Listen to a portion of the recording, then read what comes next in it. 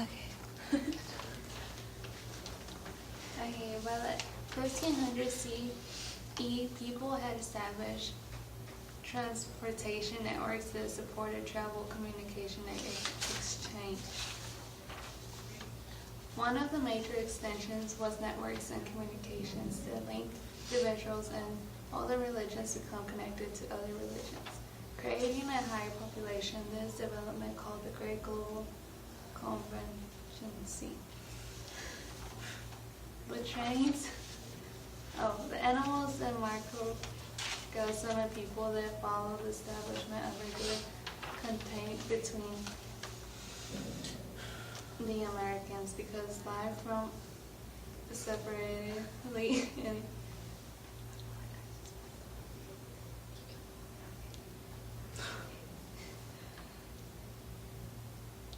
the emergence of a truly global economy was another consequence of the Great Global Convergence, linked together all major religions in a single exchange.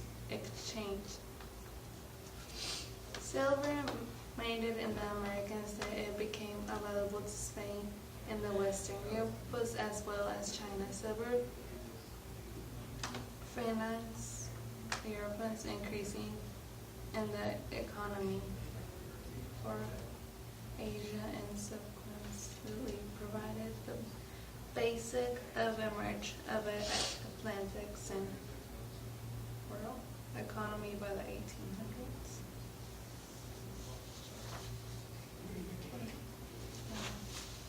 The world of economics was drifting during the period of 1450s and 1800s CE. Throughout the world, many new imports or exports were finding their way onto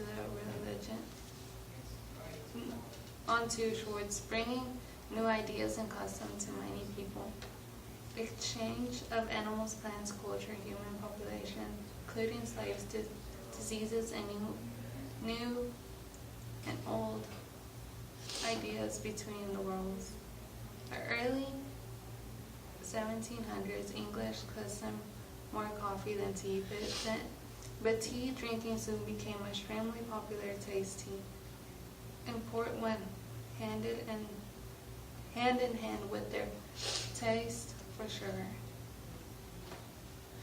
In the Middle Ages, the Pope was the head of the Christian Church. Because nearly everyone went to church, the Pope had great power.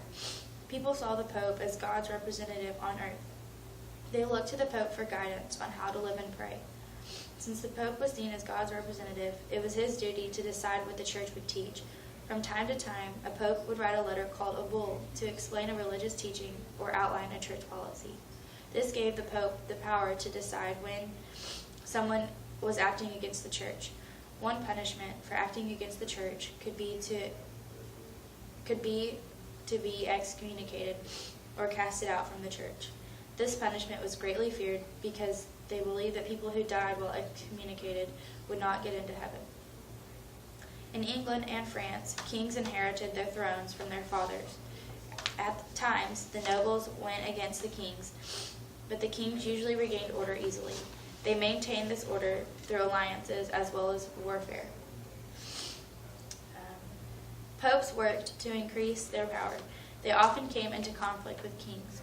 For example, kings thought that they should be able to elect bishops in their countries, but popes argued that only they could choose religious officials. This verse between the kings and popes is practically the fight over choosing bishops and abbots for their countries. The American government was developing changes, like the Spanish settlers in the Southwest began to set up government that was headed by a governor who was responsible to the King of Spain, which ended to becoming a monarchy. During the 1600s, the first English settlers began to arrive on the East Coast. These groups also set up their own government under governors who were responsible to the King of England and became a monarchy as well. The rise of European political and military power, the spread of Western Europe, of technological and cultural innovations, then things advanced in military technology, and these methods governments used to raise public money for war. In 1700s, group of people were starting to think they should all be under the control of one government, while all the natives didn't care and were trading goods with each other. Spanish settlers decided to trade horses and other goods. On the East Coast, the English settlers decided to break free of the English king and fought the Revolutionary War to set up their own country. The United States of America wrote the Declaration of Independence to explain why they were fighting, and the Constitution to explain the new republic would work. Further north, the French settlers who arrived at this time remained under the control of the King of the French. While the French were planning the government, each group of people continued their own system of government. 1700, the Anglo population in English colonies in America reaches 275,000, with Boston and the largest city followed by New York.